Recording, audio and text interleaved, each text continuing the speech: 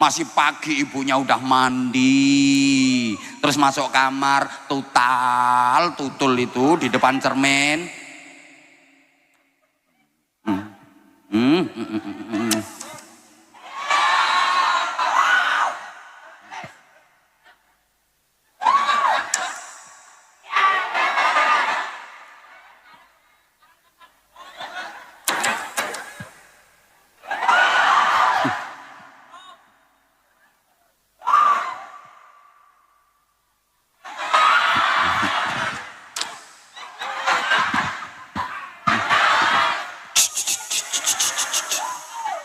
Nganter anaknya ke sekolahan, nyampe sekolahan, anaknya masuk kelas, ibunya di luar bikin kelas sendiri.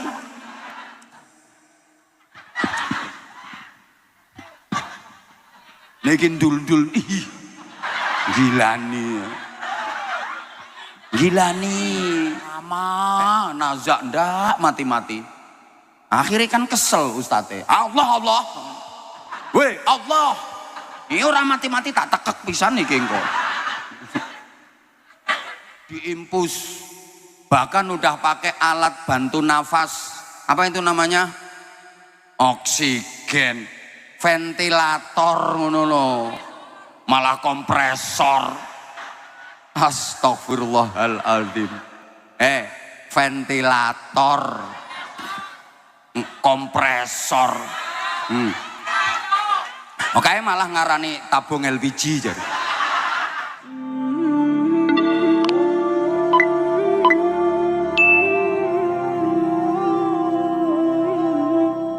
Dokter itu kerjaannya nyubles itu loh kerjaannya. Bandingkan dengan yang sama-sama nyubles tapi kerjanya pakai otot, kerja keras. Tukang bor sumur itu suntiknya gede, berat, panas. Yang dicubles ya atos, keras. Ratusan kali brus belum ngongkeknya, drodosan ndak karuan. Dapatnya seharian paling 200.000, 300.000. Dokter cublesnya kecil, sejuk tempatnya ber-AC, ruangannya wangi, harum, yang dicubles empuk, albokongu, bisa sambil isek-isek. Nggak ada pakai nawar, nggak ada. Brus 1 juta, nggak bisa kurang Pak Dokter, ndak. Coba, kalau toh kiai,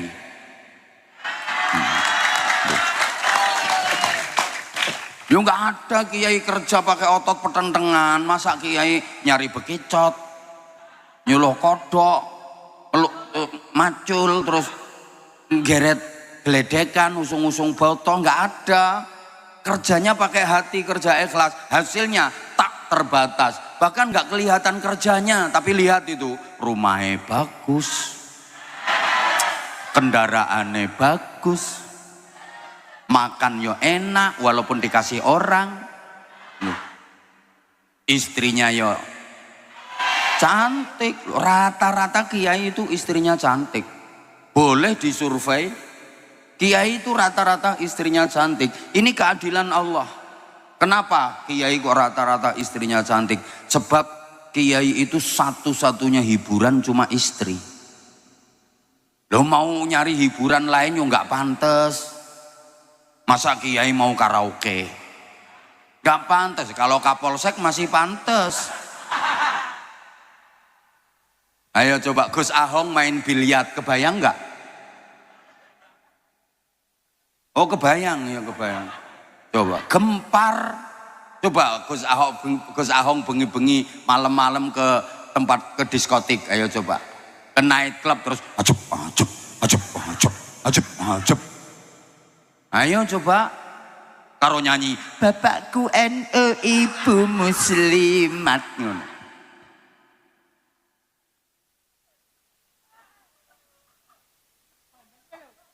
Viral se-Indonesia Raya gitu loh. Nggak ada hiburan, satu-satunya hiburan istri. Maka Allah itu adil. Ya udah, karena nggak ada hiburan, hiburannya cuman istri, kasih yang cantik dulu. Makanya kalau ada kiai istrinya kok nggak cantik, apes. Dan apes uripe. Hiburannya cuma satu, jelek pula. Astaqabbalallahu minna wa minkum taqabbal ya karim. Udah contoh sederhananya begini. Nggak usah jauh-jauh, lihat sekeliling sampean, lihat sekeliling penjenengan Bapak Ibu. Ada orang makin tua hidupnya makin enak, tambah mulia. Itu mesti karena anak. Saya ulang. Ini kayaknya kok belum konsentrasi ya, belum fokus ya jamaahnya. Terutama ibu-ibu dan mbak-mbaknya. Masih banyak yang terpana memandang saya.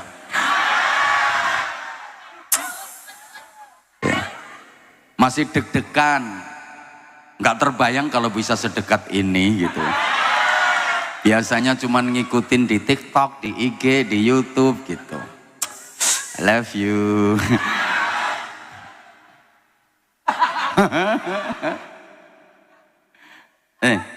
Coba lihat sekeliling kita aja. Ada orang makin tua hidupnya makin enak, makin mulia. Itu rata-rata karena dimuliakan sama anak-anaknya. Rumah dibangunin sama anaknya. Dibikinkan rumah sama anaknya. Bahkan diberangkatkan umroh, diberangkatkan haji sama anak-anaknya. Dia tambah tua, tambah mulia. Kenapa? Karena dia berhasil mendidik anak. Karena dia sukses mendidik anak. Makin tua hidupnya makin enak, makin tua hidupnya makin mulia.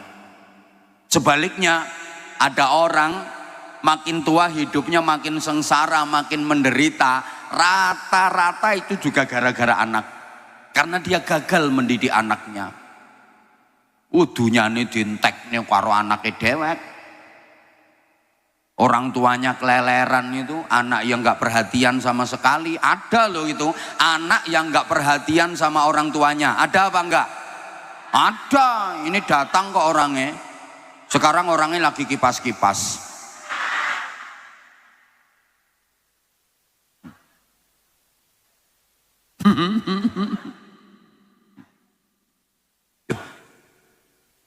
Ada orang makin tua hidupnya makin sengsara, makin menderita.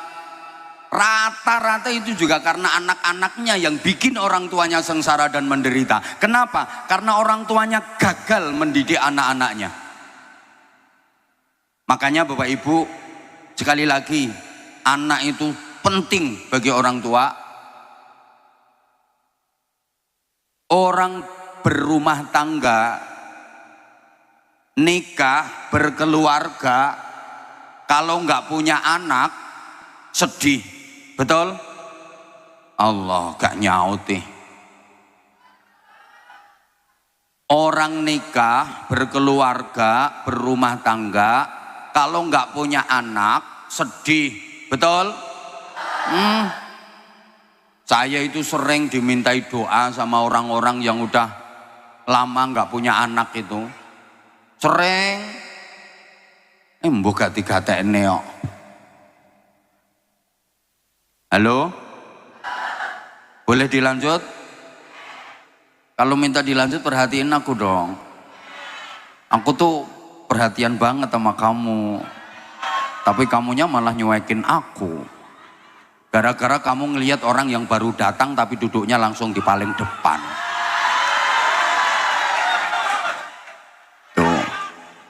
Itu agak nggak punya malu. Udah datang belakangan ganggu, duduknya di paling depan. Udah Bu, konsentrasi aja ke aku. Tapi nggak punya anak, sedih. Pengen punya anak. Sampai kadang alatnya diperiksa nih. Ini kurang lincip apa kurang jebobok apa kurang atos.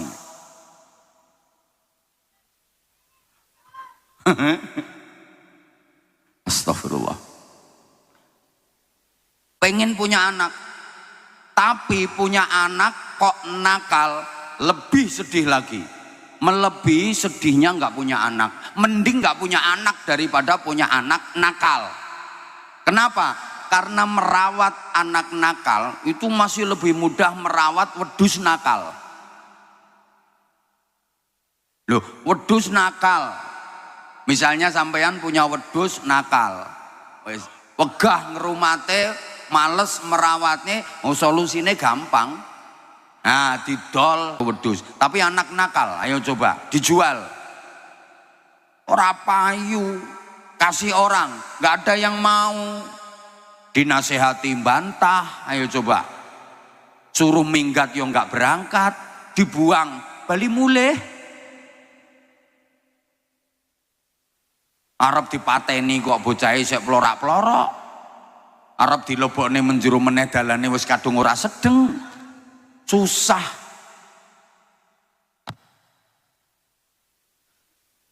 Misal ya ini misal. Bapak Ibu nyonge duwe wedhus lanang gede dhuwur berok. Tapi nakal wedhuse nyong. Ora didol. Metu teko kandang, ora pamit nyong. Wedhus nakal kok ya ora pamit. Gek mlebu kandange tangga, ora permisi. Akhire wedhuse tangga sing wedoke meteng 5. Bunting 5. Kira-kira tetangga saya marah apa seneng? Seneng. Malah metuki nyong. Pak Kiai, Bah, matur nuwun. Wedhuse Abah mlebu kandange nyong. Saiki wedhuse nyong sing wedok meteng 5. Bahkan secara temporer, understand? Nah, nek ngene kan ketok oone. Hanya bisa dirasakan di waktu tertentu, di waktu yang lain udah nggak bisa lagi dirasakan. Hanya bisa dirasakan pada saat tertentu, di saat yang lain udah nggak bisa lagi dirasakan. Hanya bisa dirasakan di tempat tertentu, di tempat yang lain udah nggak bisa lagi dirasakan. Hanya bisa dirasakan dalam kondisi tertentu, di kondisi yang lain udah nggak bisa lagi dirasakan. Tapi kalau anak solih, anak solihah bisa dirasakan kapanpun, dimanapun, dalam situasi bagaimanapun. Bahkan rumah bagus itu nikmat dunia. Semua pengen punya rumah bagus, betul? Ya kayak yang hadir di sini ku kelihatannya semua pengen jadi orang kaya, betul? Nah, ketoro. Jadi wajahnya itu wajah-wajah ngempet. Udah lama pengen kaya tapi nggak kesampaian. Kelihatannya senyum tapi kudu ngantemi wong. Gini sayang, dengerin sayang. Rumah bagus itu nikmat dunia. Bisa dirasakan nikmatnya hanya pada saat lagi di rumah. Bisa merasakan nikmatnya rumah bagus. Tapi saat nggak di rumah, lagi keluar, sebagus-bagusnya rumah, seindah-indahnya rumah, udah nggak bisa dirasakan lagi nikmatnya, betul? Kok nggak semangat ya? Punya belenok mentok molek mentok molek kinyis mingis mentang moblong denok debleng. Nikmat dunia Pak, punya istri cantik bisa dirasakan kalau Bapak sehat. Coba Bapak gering nyengir apalagi Bapak anyang-anyangan.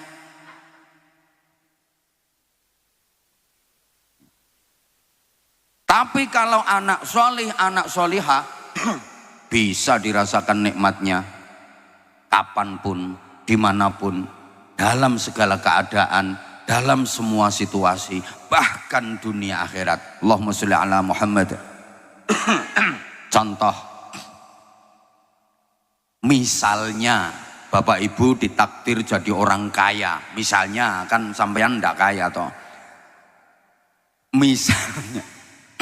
Misalnya ditakdir jadi orang kaya, punya anak solih solihah, seneng membiayai habis berapapun gak rugi, ndak eman, karena anak bisa mikul dhuwur mendem jero nama orang tua, bisa mengharumkan nama keluarga, bangga. Bapak Ibu misalnya ditakdir miskin, kayak sekarang ini kan miskin. Anak solih solihah masih bisa dinikmati orang tua di saat orang tua miskin. Karena anak kalau solih solihah, yang lihat orang tuanya sedih, itu langsung prihatin. Bapak kok sedih, mikirin apa bapak? Ya mikir kebutuhan nak. Bapak jangan sedih terus, nanti bapak sakit. Doakan bapak, saya dapat kerjaan, saya pengen bantu bapak. Saya punya cita-cita pengen memberangkatkan bapak umroh sama ibu. Contoh diamini. Seneng gak punya anak yang kayak gitu? Wah seneng pakai bingit. Nah coba kalau anaknya nggak soleh, orang tuanya udah sedih mikir ekonomi malah dibentak-bentak. Lenger mikir apa toh pak? Ya mikir butuhan. Kere yo kere pak. Oh gitu orang tuanya. Gitu loh. Bapak ibu, sampean sehat punya anak solih, seneng. Banget seneng. Ya Allah, coba misalnya lagi ada acara kumpulan wali murid di sekolahan itu, terus pengumuman dari gurunya tuh gini, dimohon kepada orang tua dari anak yang tersebut di bawah ini untuk ke panggung menerima penghargaan, hadiah dan piala karena anaknya berprestasi membanggakan nama kabupaten. Seneng apa enggak? Seneng ibunya yang naik ke panggung, seneng banget, guyu untune diketokne terus sampai ora iso mingkem diluk meletat meneh tar, nerima piala sambil miring-miring nggak bisa balik saking senengnya. Coba lagi kumpulan wali murid terus ada pengumuman dari gurunya, diharap kepada orang tua dari anak-anak yang tersebut di bawah ini untuk ke kantor karena anaknya ada kasus. Ibu bapak coba bayangin misalnya ya, anak kita itu udah ngajinya rajin, sekolahnya pinter, akhlaknya bagus, sama orang tua itu adabnya luar biasa, masya Allah, baca Qurannya fasih, sholawatan yo ngelek-ngelek, azan cemengkling, khutbah yo iso, kon sambutan yo iso, mau membantu orang tua, masya Allah.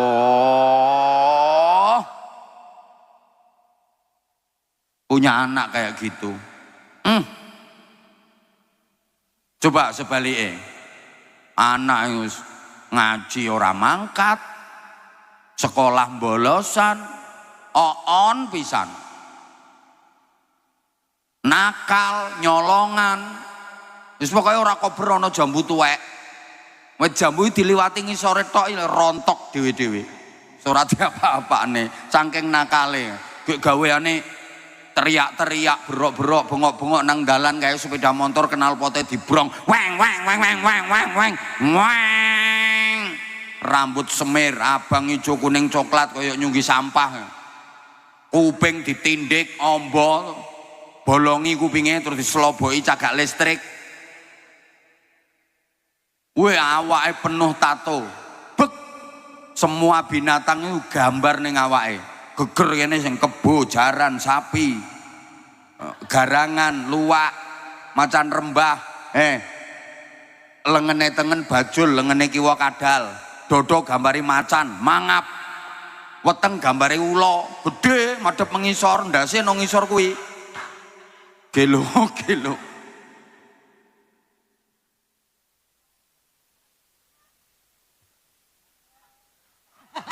Bapak Ibu maaf, sampean sehat kayak gini loh, punya anak solih solihah, seneng. Lagi denger khataman dari masjid yang baca pas anaknya sampean, baca Qur'annya fasih, tajwidnya bener, tartil, goyahnya enak, lagunya enak gitu. Itu anak nyong saya ngaji, ya Allah, hati nyes, adem, seneng banget. Orang tua sakit itu, anak solih solihah masih bisa dirasakan nikmatnya. Bener, saya itu pernah melihat sendiri. Ada orang tua sakit lumayan parah, opnam di rumah sakit, ya mesti masuk opnam ning gerdu. Lah ini mau bantah ya ini.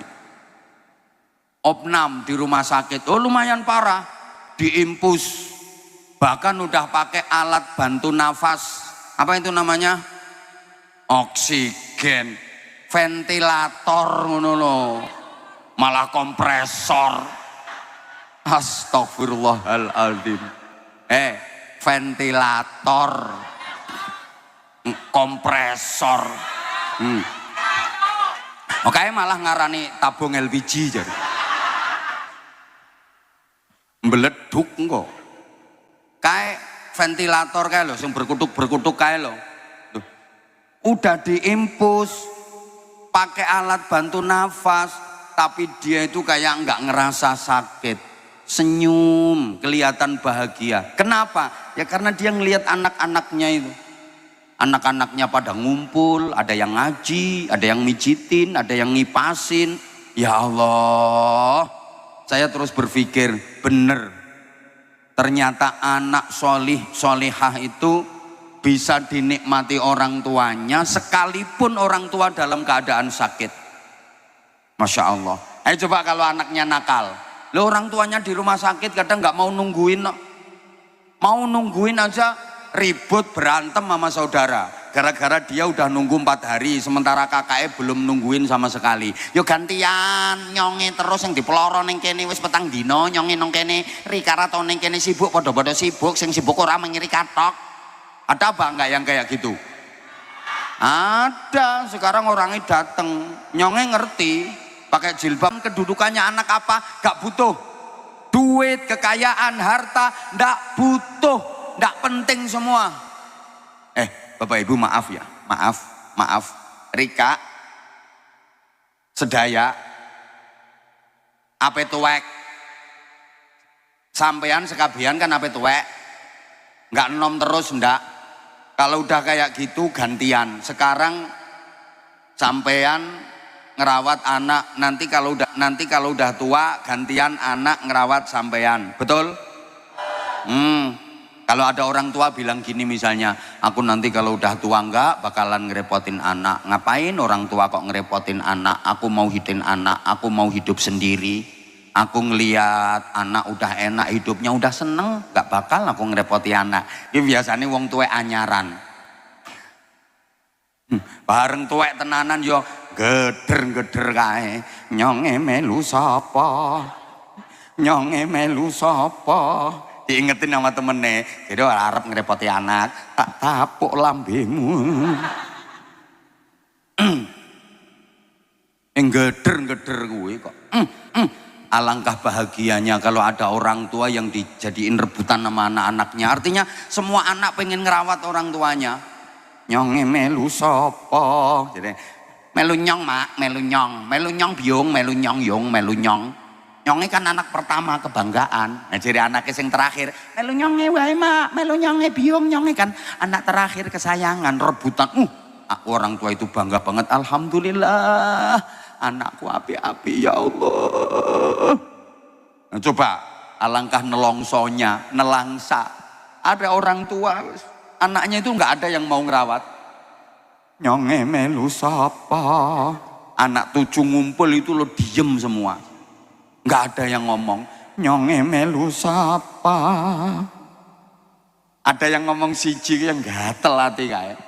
Melu sapa-sapa ya kena to mak, melu sapa-sapa ya kena to biung, melu sapa-sapa kena kabeh-kabeh anak. Sing penting aja melu nyong.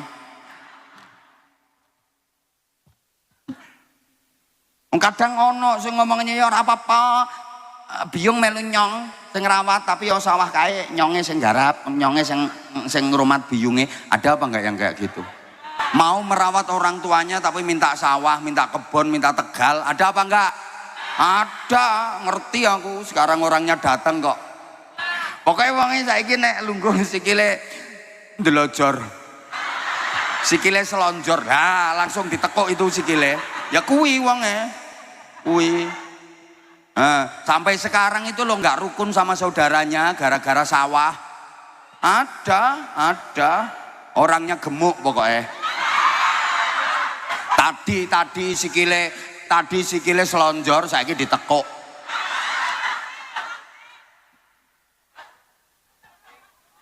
Pas lah.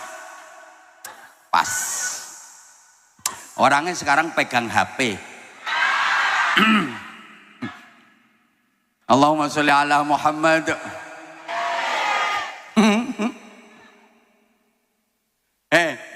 Apalagi kalau udah sakit di masa tua, sakit yang itu sakit menjadi sebab kematian. Satu-satunya yang diharapkan dan yang bisa membahagiakan orang tua adalah dikepung sama anak-anaknya, didoakan sama anak-anaknya, yang ngaji anak-anaknya, yang membimbing anak-anaknya, yang mentalkin kalimah tauhid la ilaha illallah anaknya sendiri, mengantarkan sowan menghadap Allah Subhanahu wa taala dengan kalimah tauhid, dan itu dibimbing oleh anaknya sendiri. Itu yang paling membahagiakan orang tua. Dibimbing sama ustadz, sama kiai, beda dengan dibimbing anaknya sendiri. Lain, karena ustadz itu kadang-kadang ikhlas, kadang-kadang enggak. No. Kalau dapatnya gerenjel kandel ya ikhlas. Contoh Ustadz Ahong. Nah kalau dapatnya tipis ya ndak ikhlas. Suruh bimbing orang mau meninggal itu loh. Nah, kalau kandel ya Allah. Ikhlas gitu. Allah. Bukan orang tuanya. Kalau dapatnya tipis ya. Apalagi yang dibimbing mau mati itu sulit matinya. Lama nazak ndak mati-mati. Akhirnya kan kesel ustadz. Allah. Weh Allah. Ini orang mati-mati tak tekek pisan nih kengko. Ustadz model ngono kuwi. Tapi kalau anaknya sendiri kan mesti ikhlas. Betul. Kalau orang tua udah sakit yang menjadi sebab kematian, apalagi menghadapi naza sakaratul maut, udah yang diharapkan hanya doa anaknya, bimbingan anaknya. Udah. Harta anak wis gak perlu. Donyane anak sepiro wae wis ora penting. Ndak butuh. Apapun pangkat, kedudukan, jabatan anak wis gak penting, ora kanggo. Ora. Yang dibutuhkan ya anak yang pinter ngaji, anak yang solihah. Coba. Halo? Nah kalau anaknya nggak bisa ngaji coba. Orang tuanya wis mengkis nafasnya tinggal Senin Kemis.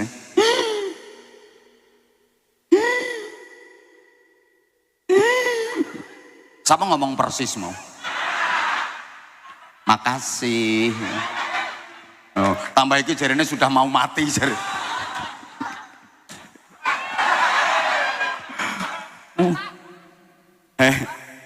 Coba. Lah anaknya nggak bisa ngaji. Orang tua ini udah. Nak, Rene nak. Apa pak? Ngaji nak. Ngaji apa? Ngaji Yasin nak. Yasin apa kawin?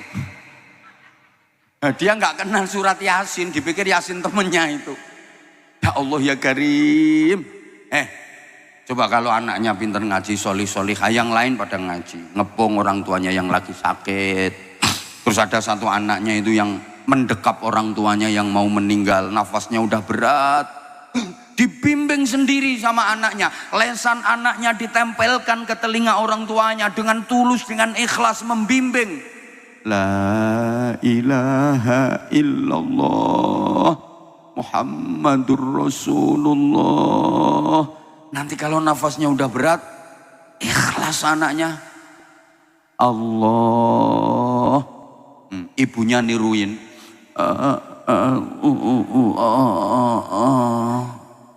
Ayo ngomong persis maneng. Allah.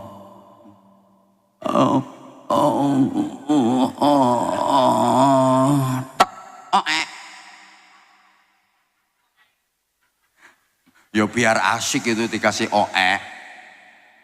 mati membawa kalimat tauhid yang terakhir kali terucap oleh lesannya adalah Allah. Ayo nanti di alam kubur ketemu mungkar nakir. Segarang apapun mungkar nakir, nyantai karena yang tertanam di hatinya Allah, yang terakhir keluar dari lesannya Allah. Menghadapi mungkar nakir ya man rabbuka, nyantai Allah. Kenapa? Ya karena udah dibimbing sama anaknya tadi. Yang terakhir terucap dari lesannya Allah, yang tertanam di hatinya adalah Allah. Allahumma sholli ala Muhammad. Ayo. Terus ketika orang tua udah meninggal, apa yang membahagiakan roh orang tuanya? Tiada lain, tiada bukan, adalah yang memandikan jenazahnya adalah anak-anaknya sendiri. Yang membersihkan kotoran-kotoran tubuh yang tersisa adalah anak-anaknya sendiri.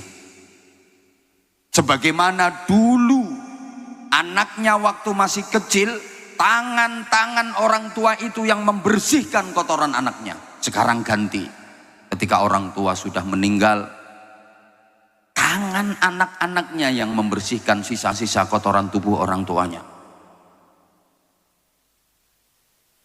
Yang mengkafani jenazahnya adalah anak-anaknya sendiri. Yang menjadi imam sholat jenazahnya adalah anaknya sendiri. Anak-anaknya yang lain juga ikut berada di soft depan mensolatkan jenazah orang tuanya. Kemudian yang memanggul jasad orang tuanya menuju makbaroh adalah pundak-pundak anaknya sendiri. Yang memasukkan ke liang lahat bersama dengan lantunan-lantunan doa adalah anak-anaknya sendiri. Itu kalau anaknya bisa ngaji. Halo? Kok diem?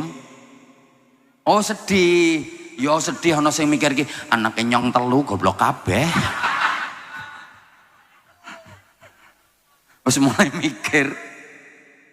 Allah ya Karim. Bu. Nah itu hanya bisa didapat oleh orang tua yang anak-anaknya solih, solihah. Lah kalau anaknya nggak solih, nggak solihah, memandikan jenazah orang tuanya aja dia nggak ngerti caranya, mengkafani jenazah orang tuanya nggak bisa, mensolatkan apalagi suruh jadi imam sholat jenazah, nggak bisa. Lah terus kalau semuanya anaknya itu, terus kiainya, ustadznya suruh apa? Maaf ya. Yang paling berkewajiban untuk mendoakan orang tua itu anaknya. Kalau anaknya bisa, paling afdol mengimamkan sholat jenazah orang tuanya itu ya anaknya. Nah, karena anaknya nggak bisa, makanya terus nyuruh ustadz, nyuruh kiai. Salahnya anaknya oon. Halo, ini tetangga-tetangga ikut mensolatkan jenazahnya. Orang-orang yang dari jauh datang ikut mensolatkan jenazahnya. Sementara anak-anaknya sendiri nggak ikut nyolati jenazah orang tuanya. Malah iri wariwi intak-intik ngurusi beras, ngurusi daging, amplop. Di sini juga gitu. Iya. Ada apa enggak yang kayak gitu? Maaf ya. Itu yang ngurusi daging, ngurusi beras, ngurusi amplop, serahkan orang lain yang dipercaya. Anaknya itu mestinya harus fokus ngurus jenazah orang tuanya itu sampai mensolatkan, sampai memakamkan. Masalah departemen perbadokan serahkan ke orang lain yang bisa dipercaya, ya dipantau saja gitu loh. Aneh ini, yang tetangga ikut mensolatkan jenazahnya, orang-orang luar datang, orang dari jauh datang ikut mensolatkan jenazah orang tuanya, anaknya sendiri malah nggak mensolatkan jenazah orang tuanya. Anak keplek itu namanya. Paham apa enggak ini ya? Nanti kalau udah didoakan tahlilan malam itu kadang juga gitu.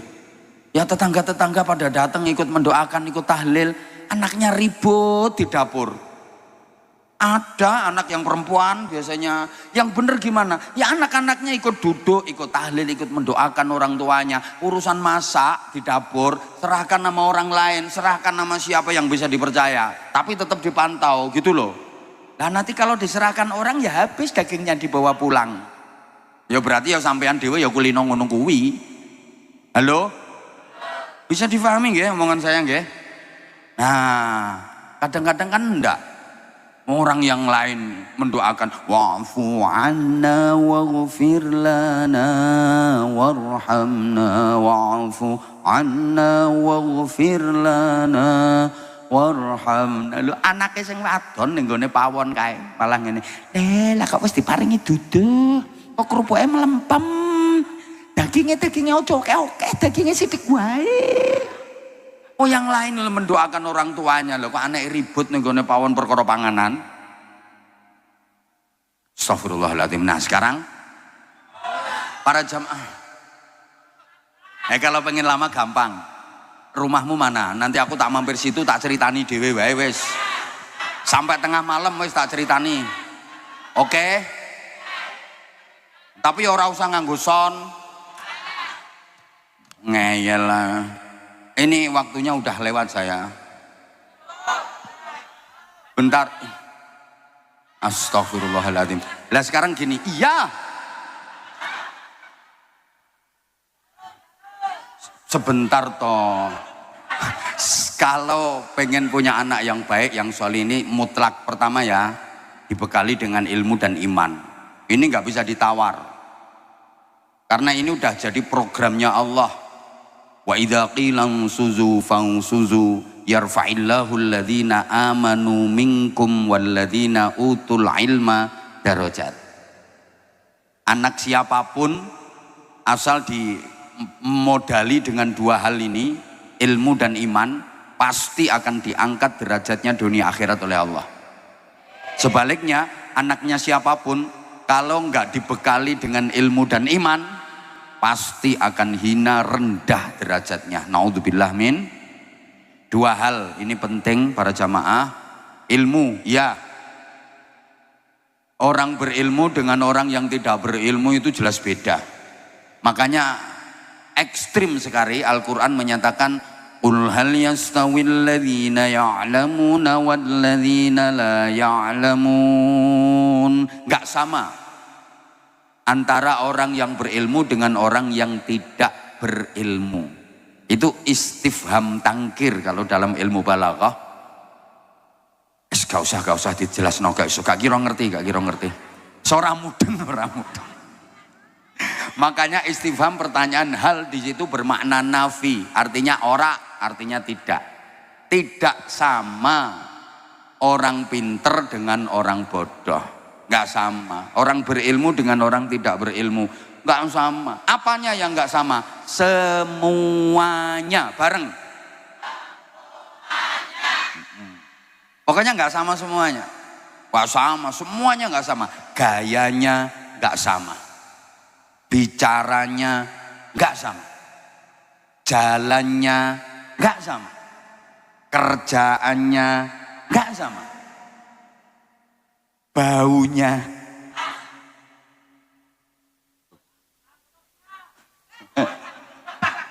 derajatnya gak sama. Pokoknya semuanya gak sama. Jalannya aja loh gak sama. Orang pinter sama orang bodoh. Orang pinter itu kalau jalan dikawal.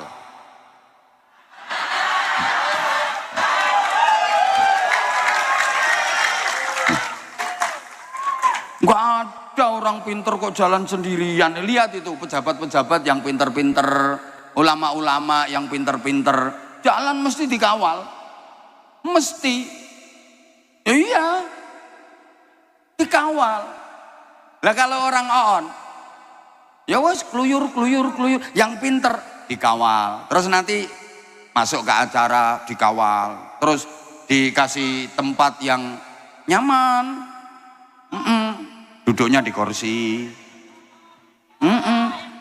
dapat jajan kotakan, itu. Nah kalau orang on, ayo keluyur, terus ngelimpruk, ndoprok, ngono, terus ora direken. Halo,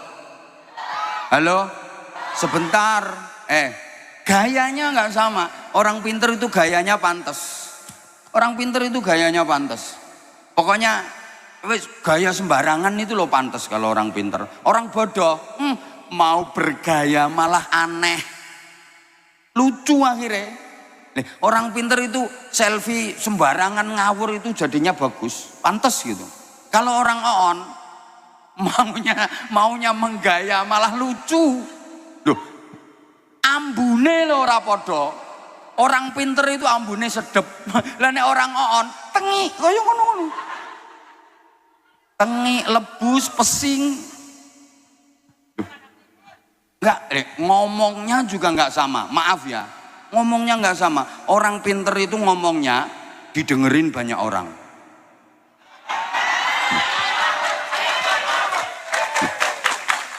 Orang bodoh lagi ngomong malah di stop. Ngomongnya malah di stop. Ora usah ngomong, mingkem. Lihat kalau lagi rapat yang ngomong orang pinter, semua pasti terdiam, nyimak, dengerin. Kalau orang bodoh mau usul itu baru ngangkat tangan, usul, ditarik sama temennya, nggak usah angkat tanganmu, uklek tanganmu. Arep ngapa wis tau meneng madang. Beda. Halo? Loh. Orang bodoh ngomong 2 jam. Otot bulu ini sak jempol kaki. Mumprat ludahnya, muntuk, nggak dapat hasil apa-apa, 2 jam ngomong. Orang pinter ngomong sejam sambil pegang mic. Astagfirullahaladzim. Itu loh mereka orang-orang pinter itu loh maksudnya. La haula wala quwata illa billah. Maaf, ibadahnya apalagi jelas nggak sama.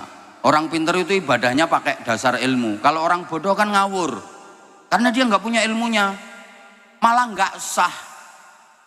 Loh iya, ibadah kalau nggak ada ilmunya kan tertolak. Ayo coba, maaf ya, saya bukan bermaksud merendahkan, melecehkan, menghina, ndak. Saya pengen ngasih motivasi supaya anak-anak kita itu nggak jadi anak bodoh, karena orang tuanya kan udah bodoh toh.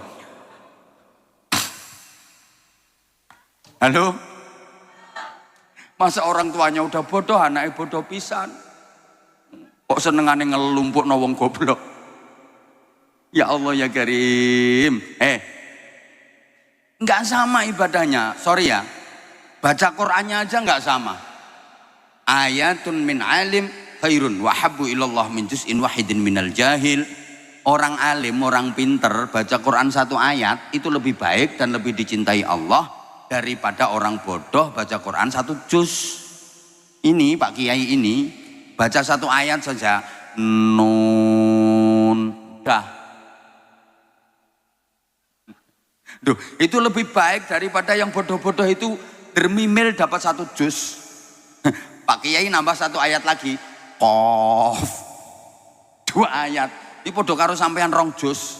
Pak Kiai nambah lagi, shot, 3 ayat sampean 3 juz. Nah kalau Pak Kiai baca 30 ayat sama dengan sampean khatam sak Quran. Loh kok gitu? Ya iyalah, kalau orang alim itu baca Quran angen-angen sak maknane. Dan wong bodoh kan angen-angen sak mangane. Beda. Kok kayak nggak terima ya yang diomongi ya?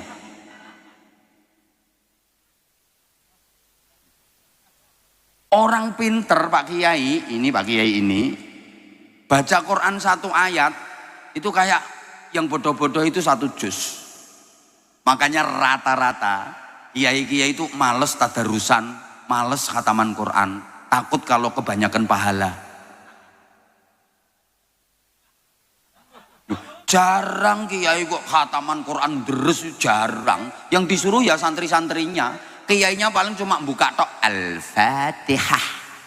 Nanti datang-datang udah khatam. Rabbana Allahumma Rabbana ya Rabbana taqabbal minna innaka antas samiul alim wa tub alaina ya Maulana innaka antat tawwabur rahim. Itu pun berkatnya paling gede. Contohnya iki.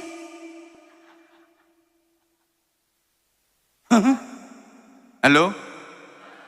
Paham apa enggak ya? Sholatnya, yo jelas gak sama. Orang alim, orang pinter itu kalau sholat kan ngerti syarat rukunnya, ngerti yang membatalkan. Jadi untuk lebih bisa sambung ke Allah itu lebih mudah dibanding yang bodoh. Yang bodoh gak ngerti, Makanya maaf banget.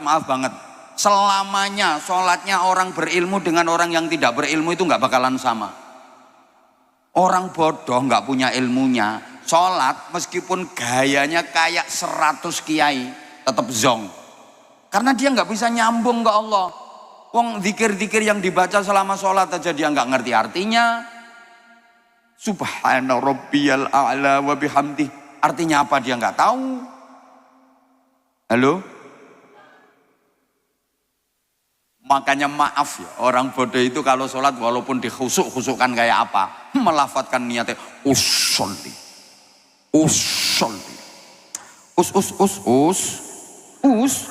usolli fardol. Ngangkat tangan waktu takbiratul ihram itu nyengkah. Sendakapnya melungker kayak udang digoreng. Allahu Akbar. Lah dia lu nggak ngerti artinya, tetap zong. Berkali-kali lungkar selungkir apa akbar. Entul jadi duli-guli kentut gobek-gobek. Cerekal tangi meneng entul jadi duli-guli kentut gobek-gobek zong. Ya karena dia nggak ngerti. Nah, sehingga astagfirullah. Ya nanti kapan-kapan kalau diundang lagi. Enggak masalah, yang penting waktunya ada. Aku sama sih sebenarnya, aku juga berat mau ninggalin kamu. Percayalah. Walaupun nanti ragaku udah nggak di sini, tapi hatiku tetap membersamai kamu.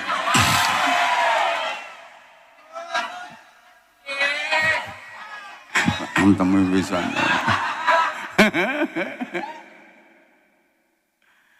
Makanya anaknya jangan sampai nggak ngaji. Ini pesan saya, jangan sampai jadi anak yang bodoh.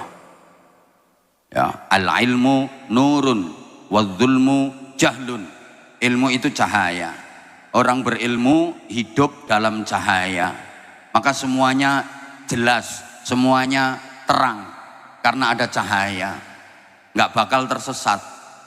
Sedangkan orang bodoh itu hidup dalam kegelapan. Semuanya gelap, gampang tersesat, nubruk karena peteng, karena hidupnya gelap. Paham apa ora iki ya? Lah, sekarang orang tua itu kayaknya perhatiannya ke anak itu berkurang. Bahkan kasih sayang dan cintanya ke anak itu berkurang. Sehingga anak-anak sekarang banyak yang liar. Sampai broken home, sampai maaf sekali ya, ikut dalam komplotan gangster, maaf banget, itu karena perhatian dari orang tua kurang. Tanya ke Pak Kapolsek kalau nggak percaya. Rata-rata anak yang nakal itu karena dia udah nggak betah di rumahnya, dia nggak kerasan di rumahnya. Kenapa? Karena dia nggak merasa nyaman di rumahnya, dia nggak mendapatkan kebahagiaan dalam keluarganya. Makanya dia terus broken home. Rumah sudah dianggap sebagai penjara. Bahkan kadang-kadang rumah terasa seperti neraka. Lah larinya kemana? Kok bisa seperti itu? Perhatian orang tua kurang. Beda sama orang tua zaman dulu. Orang tua zaman dulu itu kalau ke anak perhatian banget. Anak belum sholat itu ayo sholat. Wudhu ditungguin, sholat ditungguin. Orang tua zaman dulu waktunya ngaji, ayo ini waktunya ngaji, diantar ke musola, diantar ke tempat ngaji. Orang tua dulu, sekarang kan enggak. Sami apa? Halo? Dulu orang tua itu maghrib anak belum pulang, dicari sampai ketemu waktu ngaji. Ini waktunya ngaji, diantar. Sekarang enggak kayaknya ini, ya Allah ya Karim. Kenapa? Karena orang tua sekarang ini udah sibuk, terlalu ribut, nguber karo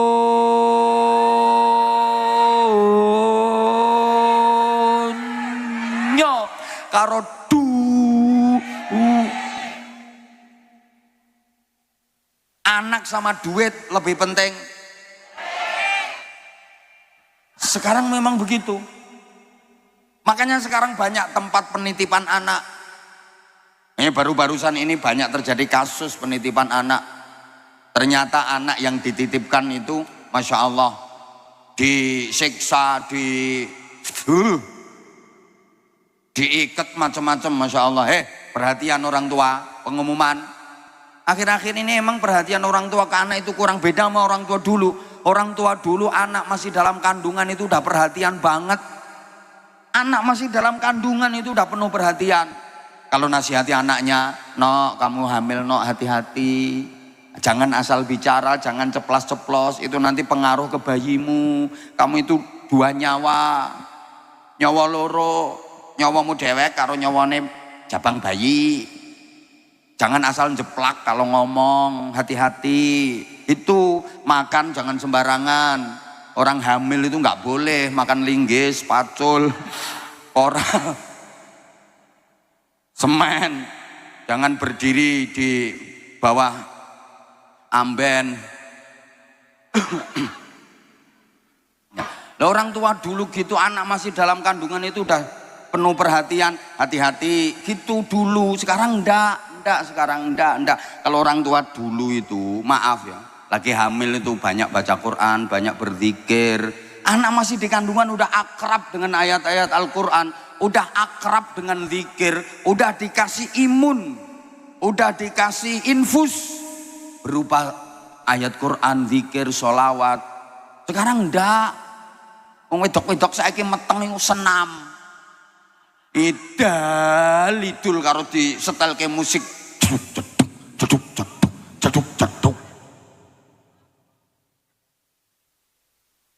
Lu nek wis senam diiringi musik, pakaiane ngafret, melefet, mentek kae. Ya awake apik, awake kaya sumpele bom. Lha wis engko mencolot dul-dul kaya gembol kucing anakan. Ketat melepet, ya Allah. Jujur saya kalau ngelihat kayak gitu, ya Allah, seneng. Dia maksudnya seneng ngingetin, belum selesai. Seneng ngingetin, seneng nasehatin. Nah coba idalidul. Masya Allah. Ini wis biasanya di depan balai desa kok itu. Mana Pak Lurahnya mana? Nah itu sambil diputerin musik, betul? Ngene sekarang.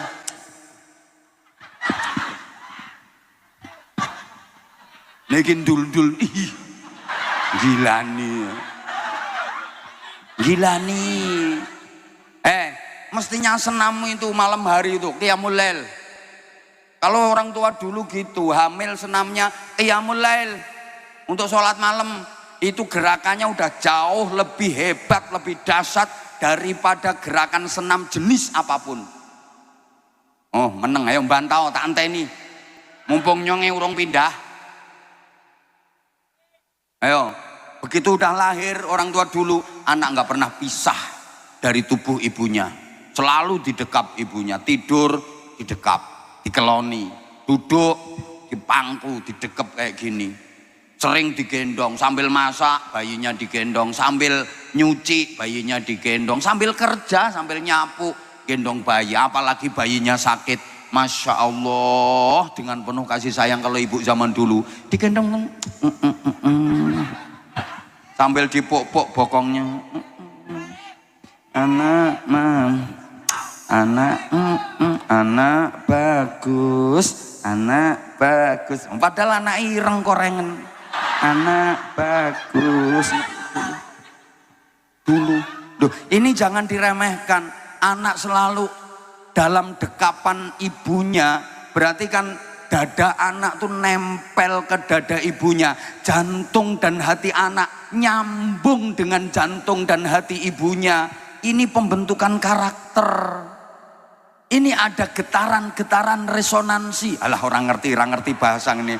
Orang ngerti, soalnya wong kene iki ayu-ayu tapi ini ada getaran resonansi yang nyambung dari hati orang tua ibunya ke anaknya. Dulu gitu, sekarang enggak. Ibu-ibu zaman sekarang itu enggak mau suruh gendong bayinya. Masih bayi udah dorong pakai geledekan nih loh. Kayak kire, kuk.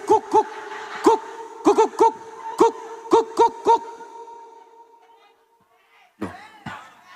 Dadi ini anak yang ngono-ngono kuwi saiki. Ana pengajian ya juguk terus ngono kuwi. Loh, kiri juguk. Halo? Halo? Gendong aja udah nggak mau kalau lagi di rumah anak dibikinkan ayunan itu. Anaknya diayun-ayun, ibunya udah nggak mau gendong, anak diayun, dorong gini. Ibu tiktokan. Ada nggak yang kayak gitu? Ada. Sekarang ibu pakai baju warna hitam. Nanti kalau udah diem dorong lagi ayunannya. Ibu HP nanti tiktokan. Edan. Halo? Terus lagi ngajinya kurang diperhatikan. Tapi kalau sekolah perhatiin banget. Anak kalau ke TPQ, ke madrasah diniyah nggak begitu diperhatiin. Kadang suruh nganter aja ibu malas, sudah berangkat sendiri. Tapi kalau anaknya ke sekolah baru playgroup sama TK, ibunya ikut sekolah.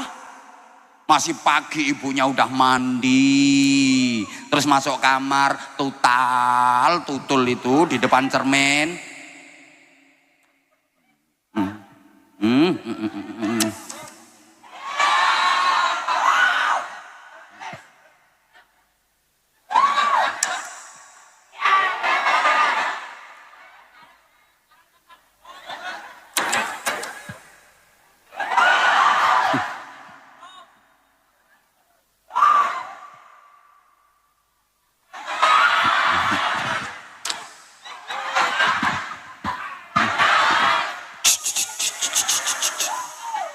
Nganter anaknya ke sekolahan, nyampe sekolahan anaknya masuk kelas, ibunya di luar bikin kelas sendiri.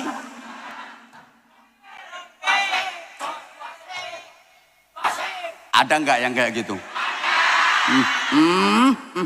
Tumyang pusatnya. Nah, sekarang orangnya pakai jilbab warna coklat.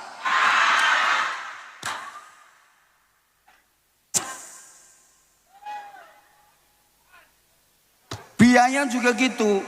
Kalau untuk sekolah itu bayar berapapun oke. Dan selalu tepat, nggak pakai nunggak. TPQ sebulan cuma 15.000, 20.000, nunggak sampai 6 bulan. Padahal kalungnya gede, gelangnya banyak. Ada apa enggak? Ada. Pokoknya tumyang RT 4. Rumahnya hadap ke selatan. Tahu lah. Itu tunggakannya masih 6 bulan di TPQ belum dibayar. Astaga. Ayo ikut aku. Ya ikut pindah ikut ngaji aku. Nanti di tengah itu ada jembatan tak cemplung ke. Sudah ya sayang. Saya sebenarnya sih aku pengen berlama-lama sama kamu.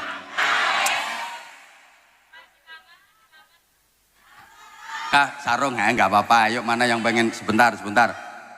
Anak-anak dulu ada apa enggak ya? Misalnya anak-anak